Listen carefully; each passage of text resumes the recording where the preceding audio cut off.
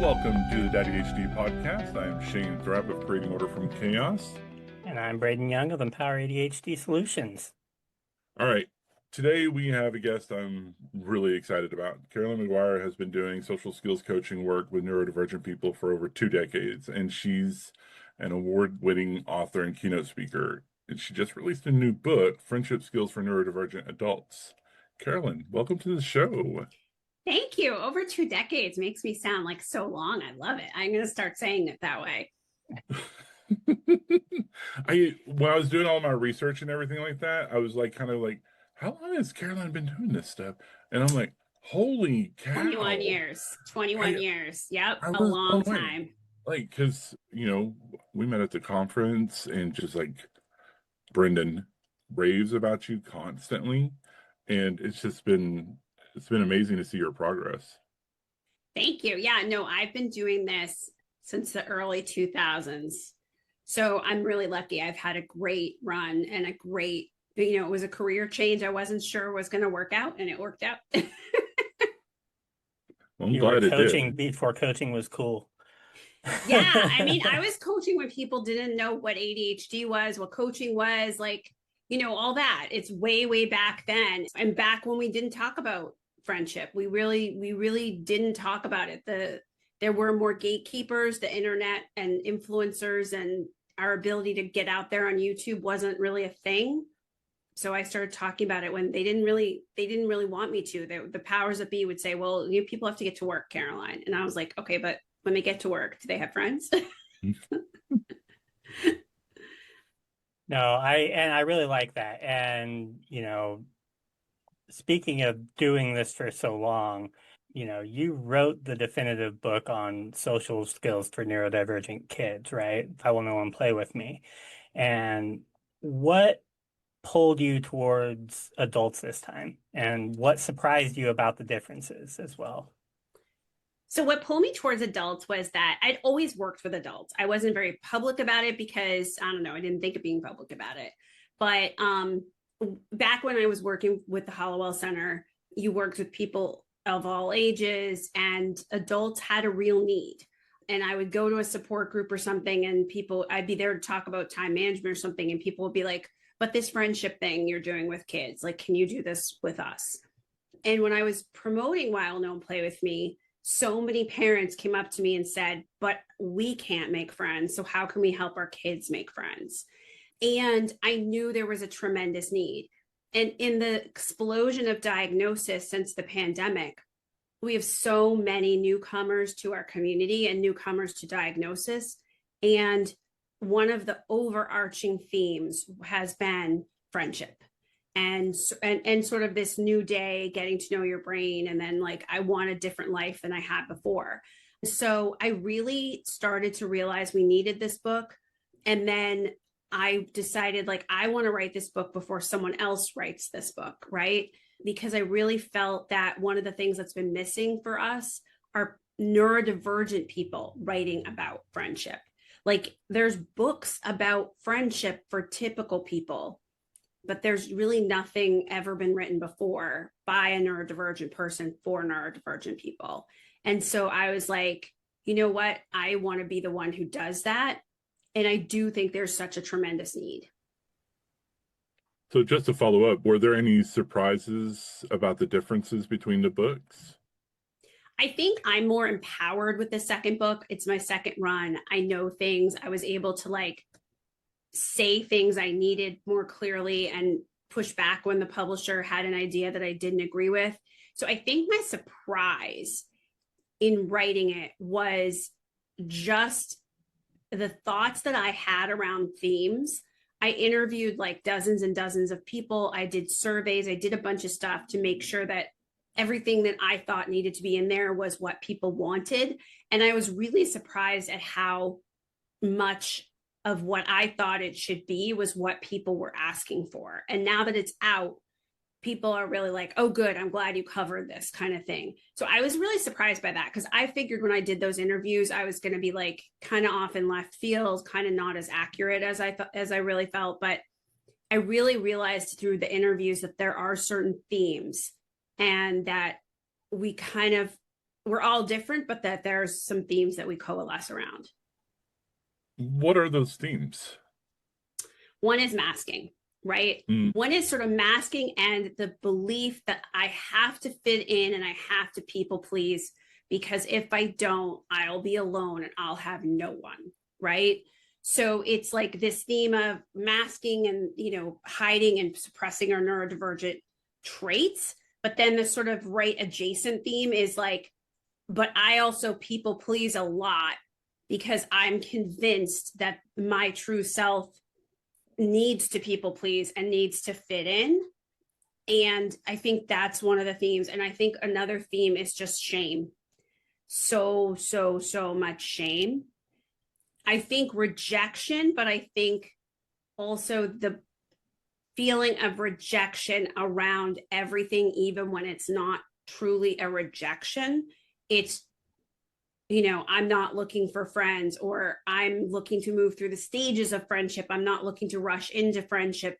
That's not a rejection, but because of our sensitivity, it feels like a rejection.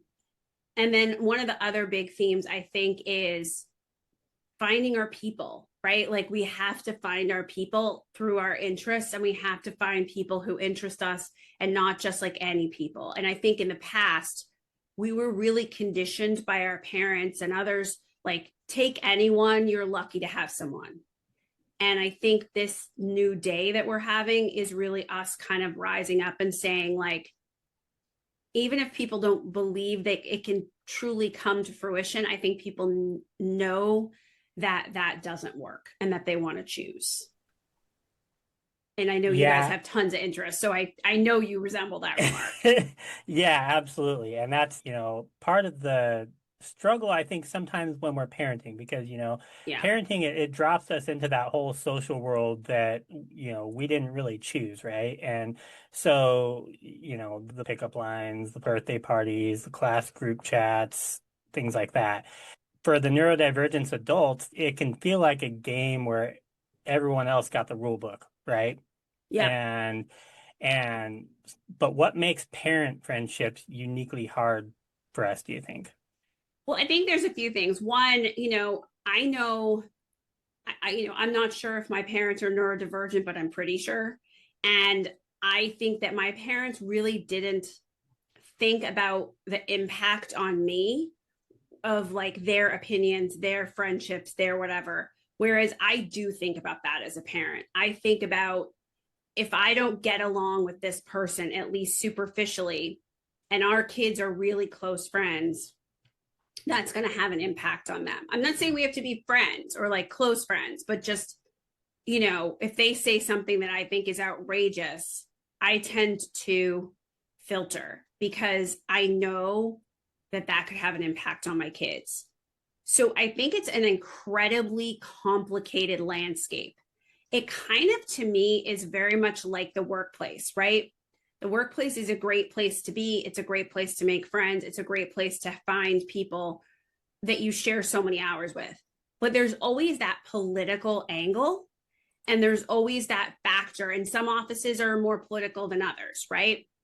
And some people are safe and some people aren't. And I kind of feel like that with the parenting thing. I think that you can meet people who are your people, you know? I think you can even find, like, I was thinking of this weekend because my daughter graduated from high school, and there's people who I wouldn't say like we're close friends, like we're probably acquaintances, but like I feel like I could call them and say, this situation is bananas. I know they think how I think, right?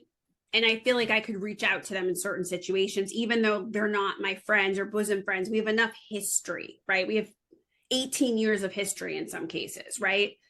Like I just even can have like that quick conversation, right? And you know each other well enough from these interactions over these 18 years that like, I know they agree with me, right? Or I know that they would feel the same way. Their parenting style is similar.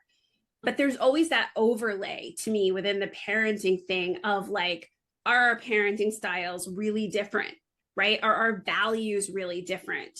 So I think you can totally find your people, but then there's also this thing where you have to negotiate in all those drop-off lines, all those birthday parties, all those pre-prom parties, like it doesn't end when their kids stop being little. It's different, it's wider spread out of like that sort of, it feels like the workplace, like there's a political element to it. And I'm not being 100% authentic because they're not, sometimes they're just acquaintances, right? They're not always my close friends, even though we're thrown together. I don't know, Braden, if you agree.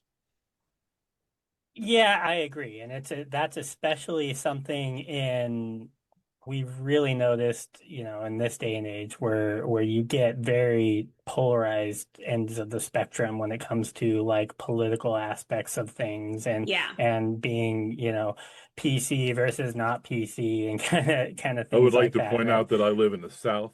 Yeah, yeah, right. And so you do run into very, very different perspectives like that. And I know that you kind of talk in your book about like kind of choosing, who you're going to be like you get to choose who you're going to be friends with, right? So, at what point do you really start to make that transition from acquaintance to friendship? Well, yeah, I think that one of the big themes too that I should have mentioned when Shane asked me is like you get to choose your friendships as opposed to take everybody you can get, like as opposed to that. But yeah, I think in a lot of cases we have acquaintances. And I think one of the things that happens is sometimes because we rush into friendship, because we're neurodivergent, maybe we don't read cues as well, we might actually, you know, ascribe the traits of a friend to someone who's really an acquaintance.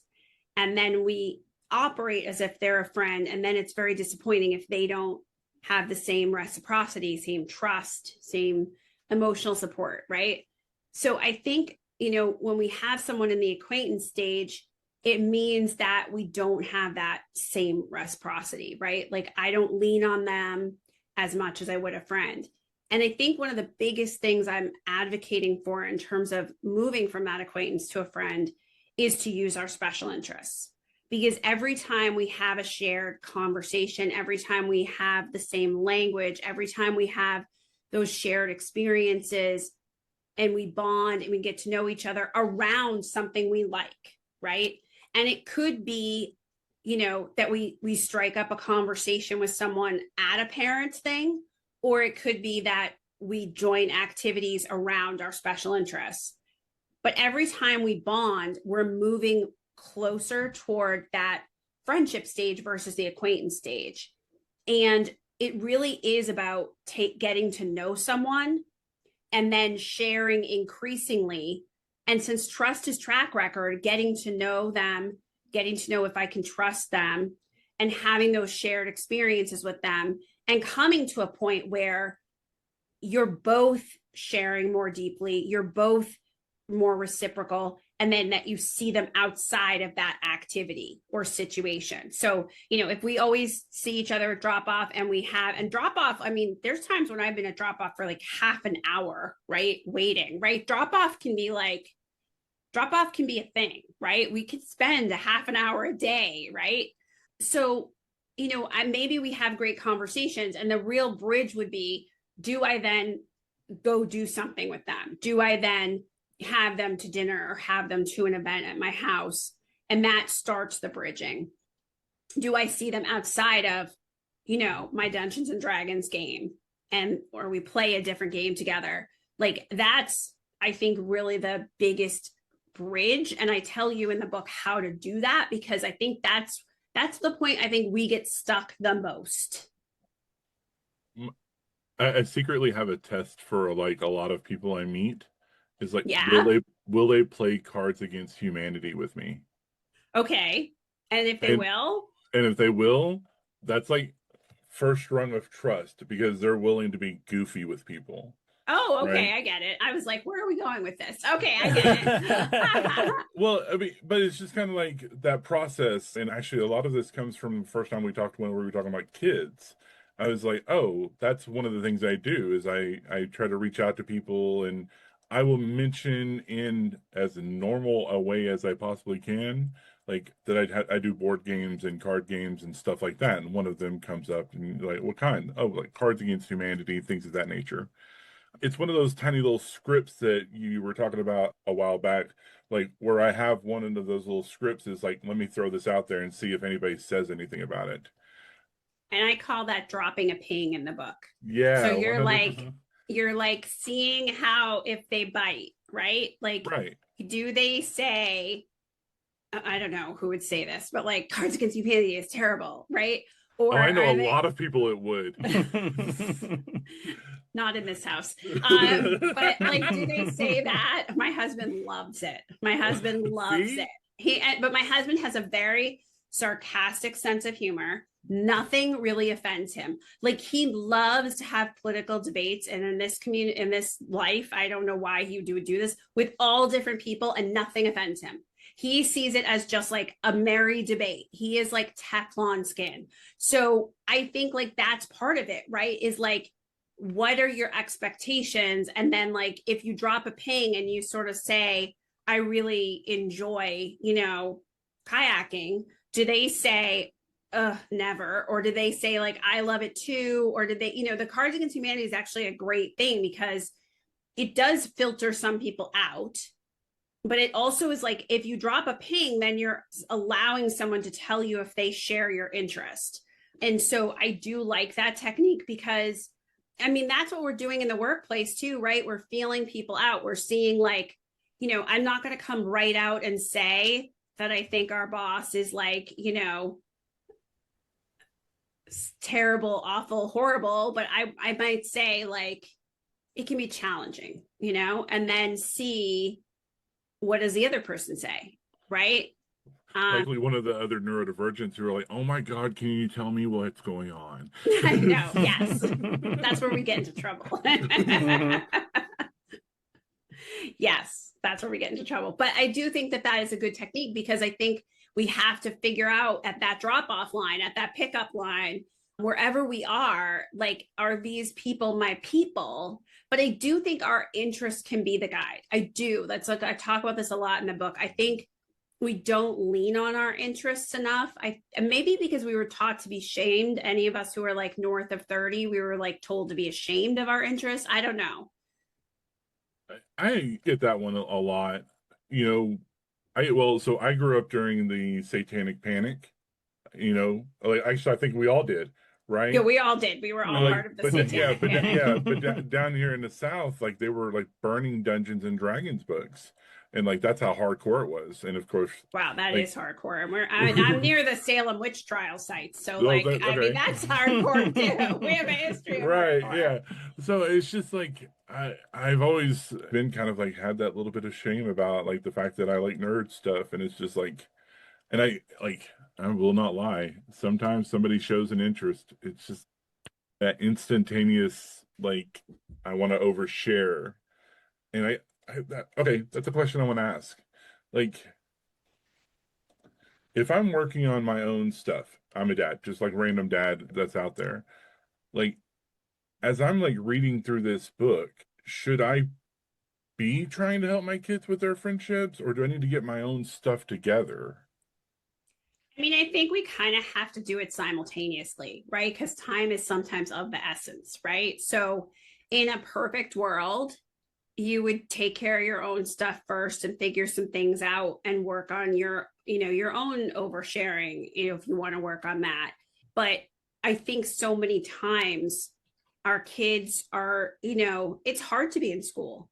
It's hard to be in a situation where you don't have anybody. It's hard to be in a situation where you don't feel included. And so I think I would love a world where we didn't have to work on them simultaneously, but I think we often do have to. I don't know, Braden, do you agree? Like you're a pragmatist. I think sometimes we can't let it go because the kid is suffering.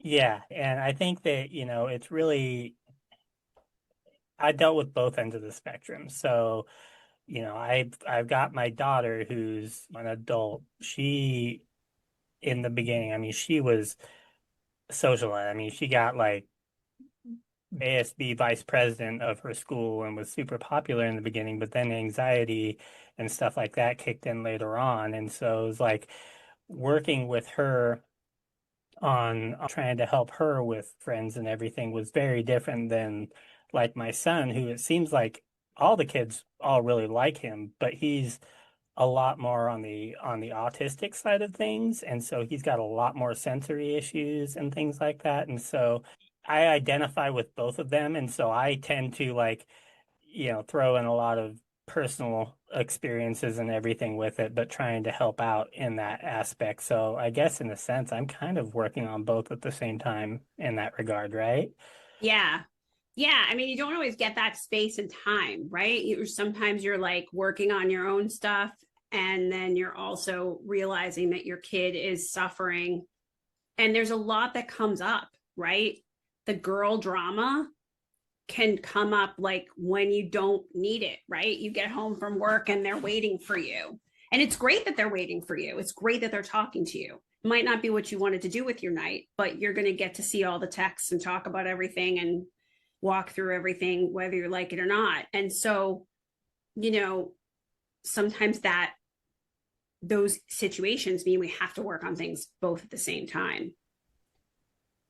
Yeah, and I think that for me, jumping in and kind of, I've really worked on trying to get him the social skills of like greeting people and talking to people and stuff like that. So in the sense of, helping my son like jump in and start learning to communicate with people, it's kind of forced me. I know in your book you talk about kind of gamifying it and getting out there and trying to be curious about people and learn about people. And that's kind of one of the things that I've really started trying to be an example for my son. And I think that it's actually helping me quite a bit too, because I've learned to kind of get out and start asking questions with curiosity about people so that it starts making it more focused on the other person too, because my son's still at the age where everything's about him, right? So he's kind of like, so teaching him to really show interest and curiosity in other people is helping him, and it's forcing me out of my shell as well, which I really appreciate. Yeah. I mean, and I think one of the things that came up that did surprise me, but I had always suspected this. So see if you guys agree with me.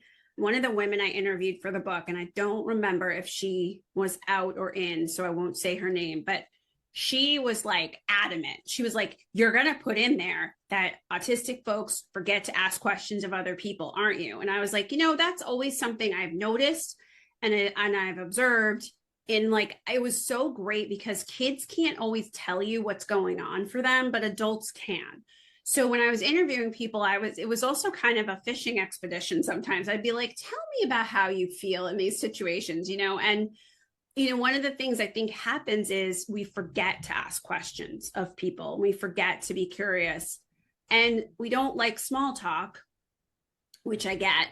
But part of what I try to sell in the book is small talk is also about getting to know people, right? So, for instance, those parents who I know would agree with me, how I found that out was actually through small talk, which can be super useful, right? Like, I live outside of Boston. We're like 45 minutes. And when they were new drivers, there were times my daughter would want to do something. I'd be like, no, you're not driving into that section of Boston at that hour as a new driver who barely knows what to do and drives out here in the country. And what I loved about those get to know you things is information is power. I could call up one of the moms in her friend group who may not be my bosom friend, may not even be my cup of tea, but I know would agree with me, right? Because there's always people who are like, do whatever you want, right? And they're not present and they're not parenting and they're not around. You know this. And I could say, hey, am I being a nut? I'm saying no to this, right? I'm saying you can take a train, you can take an Uber, but you're not ready to drive under those circumstances. And they were like, what? They're thinking of driving? No. And just having that knowledge, getting to know someone in the workplace and understanding their perspective, I mean, that's all super powerful. And it does come from small talk. And what I try to talk about in the book is how to make small talk not so boring, not about the weather, like to make it something that is actually, interesting, and things like dropping the ping. But I agree with you. It really is also different per kid. It really Yeah. is. This is one of those situations where I realized that we were possibly a little bit too open about mental health in this household. Is like my son and daughter out of school and everything, and now they're 7. They're about to be 7. My daughter's anxiety will be is she doesn't like going to her room by herself. And I promise this is relevant. But at school, she has zero problem going off by herself whenever she needs to go do something, like bathroom and things like that. But at home, she can't do anything by herself. And so the other day, my son was just like, "Hey, Dad, why can Harley do this at school but not at home?" And I don't know. He goes, "We should make sure to bring this up with the therapist." And I'm like, "Absolutely. Therapy is tomorrow. You should totally bring it up." He goes, "I do believe I will." And I'm like, "Okay, cool. Can you keep doing that as we get older when we actually have discussions?" And then, like, I was like, wait, that was kind of like his version of small talk. It was like, "Hey, how you doing?" He's just making an observation. And I was like, wait, he just went into something really deep first. And I was like, oh, I'm doing that because I'm the world's worst about like, "Hey, how's the weather?" and all that stuff. I will just start a conversation mid deep thought. And sometimes people around me are like, just like, but "Hey, Shane, how's everything going?" But I think Oh, like this is where we do work on our own stuff yeah. simultaneously, right? Like I remember the first time that I realized my anxiety was showing up so much in my daughter. And I do think she is a little blueprint of me. Like she is a lot like me. Like we have the same blood pressure, for goodness sake. However, I don't want her to be like me in that sense, right?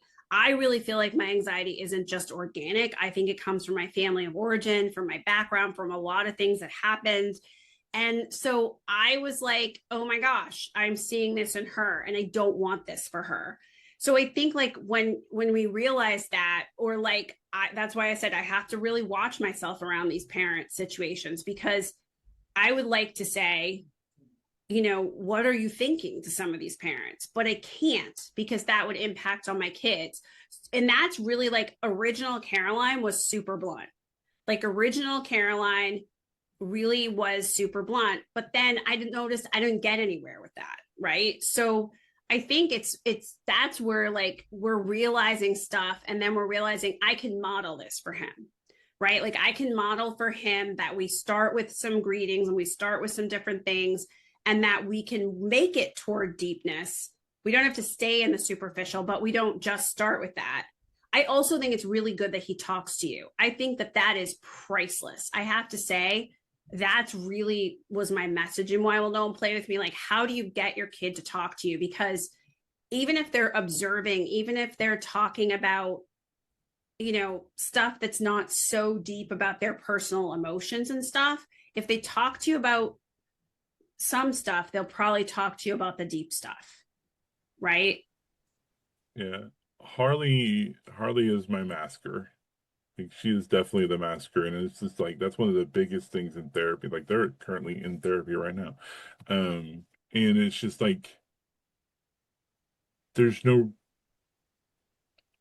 there's no foundation for it, I guess. And like part of Society, though. right, well, and like, hmm but then I sat here and I thought about it, and this kind of goes into the question, one of the questions that you've kind of like already started covering, like how do we model our own stuff, and like how important is it to model the stuff that we want to, like you're talking about with your daughter, like how do you model her to not go down the same path that you went, or like how does that work? Well, I think a couple things. I think one, we didn't know our brains. We didn't have diagnosis. I'm going to make a broad generalization, and there's probably listeners who didn't have this. And for them, oh, I'm so happy for you. I really am. I don't want anyone to have suffered. But my parents have never had therapy, and they like desperately need it, right? my family has never had therapy. Like most of the elders in my family have never been to a therapist. And most of them have different issues that have been there. So I think one of the big things that is a pivot is that we're getting help, we're getting resources, we're working on stuff, and we're modeling that. And even by saying, I'm going to therapy, or I'm working on this, or I'm going to join this activity because, you know what, I need to make more friends. Everything we do where we also give it a little bit of a tag and let kids know, it is modeling. And also, the modeling doesn't always come to fruition right away. But I think, the fact that you're getting out there, you're doing stuff, all the things you're doing, that is modeling that for them. And the masking piece, I just want to circle back to that. I think there's so much societally for girls that pushes them to mask. And one of the things that has sort of sent me over the edge over the past, 12 years that my daughter's been in school was how much teachers, practitioners, coaches, and other people really were pushing what we now call masking. Like I was saying, tell them if you're anxious, right? I was saying, if you need to leave the pool for your asthma, leave the pool, because no one's going to the Olympics. Just want to break it to all those parents out there who think we are. We're not going to the Olympics, right? And I'm a non-athlete, so I never care. And there were so many people that would say stuff to her that I felt like pushed, not like your team is counting on you kind of thing, more like pretend. Right. And so I think, Shane, don't always take that. I don't think the masking just comes from parents. Right. I think there's a lot of people. And I think the biggest message I try to send my kids, and I try to send my clients too, is we're not asking that of you. Right. And what makes you feel you have to do it? And what's your response? Giving them scripts. What's your response to an adult who says that to you? Right. Because I think it's also just so part of they don't have answers for stuff, and it's part of their programming. And I don't think they understand for neurodivergent kids what they're saying. Do you know what I mean? And I think they don't realize what they're selling kind of thing and what they're doing to these girls. I don't know. This was totally, you talking about that was just mind blown for me, because I realized that, I mentioned that my daughter she was very, popular, everything in the beginning. And later on, when her anxiety really started kicking in, I realized that it was, the external world around her, because she started freaking out if she didn't get straight A's. She wanted to be just perfect at everything. And it was we never asked that of her, right? And no, so I never did either. Yeah. I never did either, but I've got the same kid upstairs. I've got the same kid. Yep. Yep. And so I'm realizing that it's a lot of that external influences and everything that really came in. So I think it's really important, like you say, to have that, conversation with them, that, to be able to keep that communication going. Because for my son, I think I talked about this or whatever on last week's episode, but my son recently went to a bazaar with his grandma, my mom, and it was a lot of people, and they were in there, and he actually spoke up to her. It was like, "Grandma, I'm really overwhelmed. Can we leave?" And she was like, "Whoa, I've never heard a 6-year-old be able to But that's awesome. And yeah, and I think that it's really important that we keep that language in the forefront to help them, and really kind of keep driving that home throughout the years. And speaking of, having our neurodivergent kids and everything, that really eats up a lot of our time, right? Because yes, it does. And we really have to put in, that extra effort and time and everything, especially if you're also working full time on top of that, right? So, in your book, you talk about kind of creating infrastructure into your life that's friendship friendly, right? And so how do we do that as parents of neurodivergent kids? Yeah. And I think it's a balancing act, right? So I'm not part of the let them fail. I think that's ridiculous. If people say let them fail, I'm like, you've never failed at anything or climbed out of it. And I have, and I wouldn't ever want a kid to fail. But I do think that there is a balancing act. Like, I think we have to find ways that we're helping, and then maybe the lines that we put in boundaries, because we could spend every night hovering over them, helping them do their homework and doing everything and never leaving the house and never having a life of our own. And that also doesn't model the right things for them. And we're not teaching independence then. So I think like we're having to balance this, right? But it is a fact. And I will fully admit that there are things that I don't do. Like, I'm not part of like the wine mom culture. I don't do yoga retreats where I go away for the weekend. And one reason is it doesn't interest me at all. But the other reason is, truthfully, I've thought about it. Like, I've had those thoughtful moments and I've thought about it. And as a working mom with a big career and 2 kids, I don't really want to do that because I need to parent these kids and I don't have time, right? Like, there's so much going on. So I definitely think that that's a valid point. When I talk about building the infrastructure, what I'm really talking about is what fills your friendship cup. So what Shane needs, what you need, and what I need are totally different things. I always talk about this on podcasts, and so far my husband Liz hasn't listened to any, so I don't think he cares. But he is an extreme extrovert, my husband. He, like, at the graduation Saturday, he was talking to everyone. He got up out of his seat and he was going and talking to people, all of whom were acquaintances, right? Like, that we would never talk to, right? Because we'd be like, oh, you're an acquaintance, or you're not somebody who's my people. He needs much more socialization than an introvert, right? And so part of this is what fills your connection cup. And I think as Gen Xers and people over the age of 30, I don't think that's the way we were raised. I think we were raised and told socialize like an extrovert. And if you don't have enough friends, you don't have enough social life. And that's part of what I'm trying to break the mold with friendship skills for neurodivergent adults, is to say, what do you need? I'm sorry about the dog. He usually sits, and now he is like moving all over the room. Sherlock, go sit. So I think that's one. And I think 2 is like, how can we put things on autopilot so that it's not us constantly having to schedule? Because with our kids, we're probably going to let that go because we have all this kid stuff we have to schedule, right? Like, it's all that stuff and all those forms and all that stuff that comes in our lives. But like, if it's every Thursday that you're playing D&D, Shane, and you're like, it's set, it's in stone, I'm going to go, right? I go to the ADHD men's support group and I don't have to schedule it. We have those kinds of autopilot things. And we can ask people, we can say, like, I struggle a lot with how this is moving around. Can we like put this on autopilot? Or we find things that are really well structured. It's kind of like there's always like that thing that's sort of haphazard, and then there's the one that's like really structured. And sometimes that's what we have to choose, because then we're not constantly using the executive function to schedule it. Because I think raising these kids does take more executive function. Like, I am sometimes acting as their executive function, right?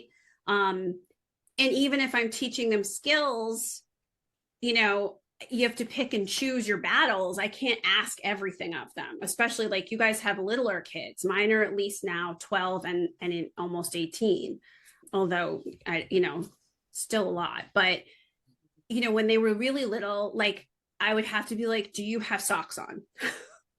right because there would be days we'd get to the bus and I'd be like, you are not wearing socks and it is 3 below, right? Like, it was, like, all those things take executive function. They take planning. I don't know, Braden, if that answers your question fully enough. No, it really does. And I think the big key takeaway is, whatever we can do to make things, to kind of autopilot or automate things as much as we can, so that we can kind of keep that executive function for ourselves, right? So I definitely agree. And I think that that's actually a great place to kind of leave it on, because really that's where our kids being able to follow our lead and be able to see those kinds of things that we do to help ourselves make friends can help them as well. And they can keep that executive function for themselves. Can I tell a really quick story? Yeah, absolutely. So, just for all the parents listening out there, some of this is like incremental, right? You're doing stuff, you're pushing yourself out of your comfort zone, maybe because you'd rather stay on the couch. But you're like, if I want my kids to have friends, I need to make friends and I need to show them that and I need to model it. And sometimes it just feels like nothing's happening. And I feel like as they get older, you have those moments where they say, and sometimes it can come, and this isn't me running anyone down, but like it can come in them noticing their friends. Like my daughter has noticed all her friends who are undiagnosed ADHD, untreated ADHD, who the parents don't believe in ADHD, but the kid is clearly ADHD. Like she comes home. Also, by the way, I'll say, well, I don't really feel like I can violate those parents' boundaries by saying, like, why don't you read Jessica McCabe's book? My daughter has no such compunction. She is there at the pool giving out videos, bringing books in. The other day she came in my office and she said, do you have extra books, extra Jessica McCabe books? And I said, yeah. And she took them off the shelf, hand to God. And she said, okay, well, the next time Jessica's in town, we'll have them or sign them. You can buy some more too. And I was like, okay. And she was like, I'm going to give this to so and so and so and so because their parents don't believe in ADHD, but they're really suffering and they need this book. And I was like, okay, like take whatever you want. But like kids, Gen Z, they don't have any of the, they're just like, let's talk about it. But I think all those times when you are doing things, talking about it, going to the men's ADHD support group, right? You don't notice, but your kids notice. And someday they're going to be with their mates somewhere and they're going to say, yeah, my dad actually is really into mental health. Like he has this podcast and he's a coach. And you know what? He goes to this men's support group for ADHD men every month. And like, it's really good because he understands himself and he's not like so-and-so's dad who, like they're going to notice. It's just, it doesn't always get articulated until that one moment when it is articulated. And that's what I found. Like, I really have found my kids are watching my modeling, good and bad. And I don't know that until the one moment when they say something, when they're older and they're able to articulate it, So I just want parents to feel that hope, like what you're doing does get noticed. Yeah, that's really important. And I think that is a key factor that, yeah, our kids are our legacy.